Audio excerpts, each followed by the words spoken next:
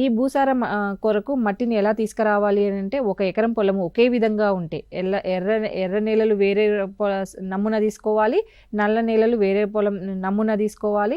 ఇంకెక్కడైనా సమస్య ఉంది అంటే చౌడు నేల సమస్య ఉంటే అది వేరే నమూనాగా తీసుకోవాలి. అంటే ఏ దానికి అది ఒకే రకంగా ఉన్న పొలానికి ఒక నమూనా సరిపోతుంది. ఆ విధంగా మనం ఒక ఎకరం పొలము అనుకుంటే అక్కడ నుంచి 7-8 స్థలాలు సేకరించి ఆ 7-8 స్థలాల నుంచి కూడా ఒక వి ఆకారంలో ఒక గుంత తీసి ఆ గుంతలో పైన చెత్త చెదారం అవన్నీ తీసేసి మనకు వి ఆకారంలో గుంత చేసి ఆ గుంతలో నుంచి మట్టి 8 స్థలాల నుంచి సేకరించి 8 స్థలాలను కూడా ఒక చోట వేసి ఒక కుప్పగా పేర్చి అంతా ముక్కలు కలిపేసి 4 భాగాలు చేసేసి ఆ 4 భాగాలు ఎదురెదురు భాగాలు తీసేసి ఎదురు భాగాలు అట్లా ఒక మనకి అంటే ఒక 8 చోట్ల నుంచి 8 స్థలాల నుంచి 8 కిలోలు వస్తే ప్రతి చోటే 1 కిలో చొప్పున తీసుకుంటే 8 కిలోలు వస్తుంది. 8 కిలోలను ఎదురెదురు భాగాలుగా మనం తీసేసినప్పుడు 4 కిలోలు వస్తుంది. అట్లా మనము మళ్ళీ ఎదురెదురు భాగాలు చేసి 1/2 కిలో నుంచి కిలో వరకు మట్టి వస్తుంది. ఈ విధంగా చేసిన మట్టిని వారి యొక్క వివరాలు జత చేసి అంటే పేరు, రైతు పేరు, మొబైల్ నెంబరు, సర్వే నెంబరు, గ్రామము, మండలము, సమస్య, ముందు వేసిన పంట,